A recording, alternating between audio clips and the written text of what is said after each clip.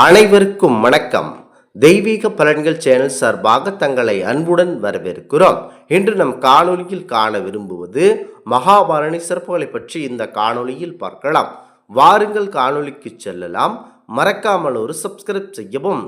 ஆகில உலகத்தில் உள்ள மிக முக்கியமான புண்ணிய தலங்களில் முக்கியமான கருதப்படுவது காசியும் கயாவும் தான். இங்கு சென்று இறந்தவர்களுக்கு திதி தர்ப்பணம் கொடுத்தால் உடனடியாக முக்தி அடைந்து நற்பேறு அடைவார்கள் என்பது ஐதீகமாகும். இப்படி இருக்கையிலே ஏழை மக்கள் எவ்வாறு காசிக்கும் கயாவிற்கும் சென்று திதி தர்ப்பணம் கொடுப்பார்கள்?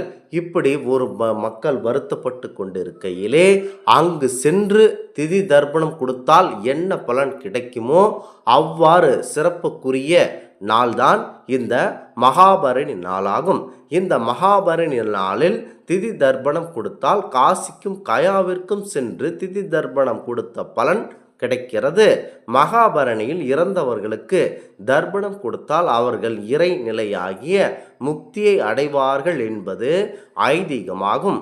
முக்கியமாக அமாவாசைக்கு முன்னதாக மகாலயபட்சத்தில் மகாலய அமாவாசைக்கு பிறகு சொல்லப்படும் மிக முக்கியமான பித்திருக்களின் ஆசிகளை பெறுவதற்குரிய நாளாக இருப்பதுதான் மகாபரணி திருநாளாகும். இந்த நாளில் சிறப்புகளை பற்றி கண்டிப்பாக அனைத்து மக்களுக்கும் சொல்ல தேவையில்லை. மொத்தமுள்ள 27 நட்சத்திரங்களில் இரண்டாவது நட்சத்திரமாக திகழ்வதுதான் பரணி நட்சத்திரம். மாதந்தோறும் பரணி நட்சத்திரம் வந்தாலும் கார்த்திகை மற்றும் புரட்டாசி மாதங்களில் வரும் பரணி நட்சத்திரத்தை மட்டும்தான் மகாபரணி என சிறப்பித்து சொல்வதுண்டு. கார்த்திகை மாதத்தில் தீப திருநாள் அன்று ஏற்றப்படுவது மகாபரணி. பரணி தீபம் என்பார்கள். அதாவது இறைவனை ஜோதி வடிவத்தில் கண்ட தரிசிப்பது என்பதாகும். அதற்கு பிறகு புரட்டாசி மாதம் மகாலயபட்சத்தில் வரும் பரணி நட்சத்திரத்தை மகாபரணி என சிறப்பாக சொல்வதுண்டு. அதன் பிறகு மகாலயபட்சத்திற்கு முன்னதாக வரும் இந்த பரணி நட்சத்திரம் மாபெரும் சிறப்புக்குரியது. சிரார்த்தம், பரணி சிரார்த்தம், மகாபரணி சிரார்த்தம் என சொல்வதுண்டு. இது முக்கியமான திருநாளாக கருதப்படுகிறது. மகாலய அமாவாசை என்று கொடுக்கப்படும் திதி தர்ப்பணம் சிரார்த்தம் நிகரானது. பரணி நட்சத்திரத்தில் வரும் மகாபரணியில் கொடுக்கப்படும் பரணி சிரார்த்தம் பரணி நட்சத்திரத்துக்குரிய அதிதேவதையாக கருதப்படுபவர் யமதர்மர். யமதர்மருக்கு இந்த நாட்களில் முக்கியமாக இந்த மகாபரணி நாட்கள் தீபம் ஏற்றி சிரார்த்தம் கொடுத்து வழிபட்டால் முன்னோர்களாகிய அவர்களை ஆசிர்வதித்து அவர்களுக்கு தேவையான உணவு அனைத்தையும் உங்களிடம் இருக்கும் தாய் தந்தை பிள்ளைகளிடம் போய் பெற்று வாருங்கள் என யமதர்மராஜா அவர்கள் வீட்டிற்கு அனுப்பி வைத்திருப்பார். நாம் கொடுக்கும் இந்த சிதார்த்தம் அவர்களை ஏற்றுக்கொண்டு முக்தி அடைய செய்யும். யமதர்மரால் நம் பெரியோர்கள் வீட்டுக்கு அனுப்பி வைக்கப்பட்டு நாம் கொடுக்கப்படும் இந்த சிதார்த்தத்தை அவர்கள் உண்டு உயிர் வாழ்ந்து மகிழ்ச்சியோடு செல்லும் நாள்தான் இந்த மகாபரணி நாளாகும். மகாலயபட்சத்தில் வரும் பரணி நட்சத்திரம் மிக முக்கியமானதாகவே பார்க்கப்படுகிறது. பரணி சிதார்த்தத்தின் சிறப்புகள் மற்ற புராணம், அக்னி புராணம், கருட புராணம் போன்றவற்றில் சிறப்பித்து கூறப்படுகிறது. மகாலயபட்சத்தில் வரும் பரணி நட்சத்திரத்தில் இறந்தவர்களுக்கு திதி கொடுப்பது என்பது கயாவில் சென்று திதி கொடுத்ததற்கு சமமான புண்ணிய பலனாக பார்க்கப்படுகிறது. எவ்வாறு கயாவிற்கோ காசிக்கோ செல்ல முடியும் ஏழை எளிய மக்கள், அப்படி அங்கு சென்று புண்ணியத்தை தேடிக்கொண்ட ஒரு சிறப்பம்சத்தை தர வல்லதுதான் மகாபரணி.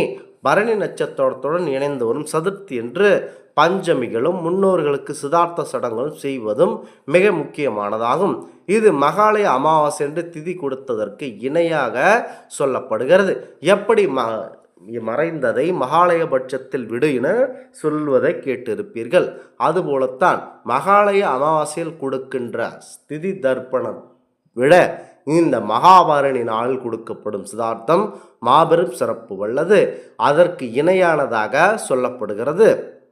ஒருவர் தன்னுடைய வாழ்நாளில் எந்த ஒரு புனித கோவிலுக்கும் சென்று வழிபட்டதோ புனிதமாக நீராடியதோ அல்லது வழிபட்டதோ கிடையாது என்றாலும் அவர்கள் இறந்த பிறகு அவருக்கு மகாபரணியில் திதி கொடுத்தால் அவர் தன்னுடைய வாழ்நாள் செய்த பாவங்கள் நீங்கிவிடும் என்பது ஐதீகமாகும். அவ்வாறு அந்த பாவங்களை போக்கிக் கொள்ளவே யமதர்மர் அவர்கள் பெரியோர்களை நம் வீட்டிற்கு அனுப்பி வைக்கும் புனிதமான இந்த 15 தினங்கள் தான் எவ்வளவு சிறப்பு மிக்கது.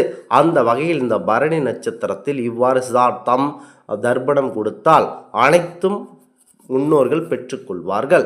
முக்கியமாக முன்னோர்களுக்கு திதி கொடுப்பதனால் அவர்களுடைய ஆத்மா நிச்சயம் சாந்தி அடையும். மகாபரணியில் முன்னோர்களுக்கு திதி கொடுத்தால் திதி கொடுப்பவர்களின் கெட்ட கர்மாக்கள் அழிந்து நல்ல கர்மா அதிகரிக்கும். இதனால் தான் தற்போதைய வாழ்க்கையில் எதிர்காலமும் சிறந்து விளங்குகிறது என்பது நம்பிக்கையாகவே இருக்கிறது. மகாபரணியில் முன்னோர்களுக்கு ஆத்ம திருப்தி அடையும் வகையில் உணவு படைத்தல், அதாவது அவர்களுக்கு பிடித்த உணவு படைத்தல், வேண்டிய பண்டங்களை வாங்கி வைத்தல், அடுத்ததாக அவர்களின் கடன் பிரச்சனைகளை அனைத்திற்கும் தீர்வு கிடைக்கும். மகாபரணியில் முன்னோர்களை வழிபட்டு தர்ப்பணம் கொடுப்பவர்களின் வாழ்க்கையில் மட்டுமல்ல, அவர்களின் பல தலைமுறைகளும் முன்னோர்களின் ஆசைகளுடன் பித்ரு சாபம் இல்லாமல் லாபகரமாக வாழ்வார்கள் என்பது ஐதீகமாகும். முக்கியமாக இத்தகைய சிறப்பு வாய்ந்த மகாபரணி நாட்கள் மிக முக்கியத்துவமாகவே இருக்கிறது. இந்த நாட்களில் முன்னோர்களுக்கு எதை நீங்கள் வழங்குகிறீர்களோ அது நேரடியாக அவர்களுக்கு கிடைக்கும். இந்த மகாபரணி முன்னதாக அந்த மகாலய அமாவாசை போன்ற சாதாரண நாட்களில் திதி தர்ப்பணம் கொடுத்தால் அது நேரடியாக யம தர்மருக்கு செல்லும். அதனை அவர்கள் பரிசோதித்து பெரியோர்களுக்கு வழங்குவார்கள். ஆனால் இந்த மகாபரணி போன்ற நாட்களில் திதி தர்ப்பணம் சிதார்த்தம் கொடுத்தால் நேரடியாக நம் முன்னோர்களுக்கே சென்றுவிடும்.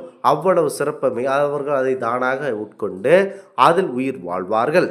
முக்கியமாக இந்த வகையில் நீங்கள் இந்த சிதார்த்தம் இன்றைய நாட்கள் கொடுக்கப்பட்டால் உங்களுடைய திருமண தடை மற்றும் குழந்தை பேறு எதுவாக இருந்தாலும் உங்களுக்கு தடை, அதாவது பெரியோர்களுடைய சாபம் எதை பாதிக்கும் என்றால் உடனடியாக அவர்களுடைய வாரிசுகளை பாதிக்கும்.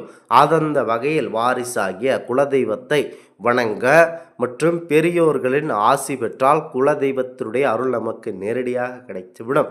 குலதெய்வத்தினுடைய அருள் கிடைத்து விட்டால் கண்டிப்பாக அனைத்து பிரச்சனையும் ஒளித்தெரியும் சக்தி குலதெய்வத்திற்கு உண்டு.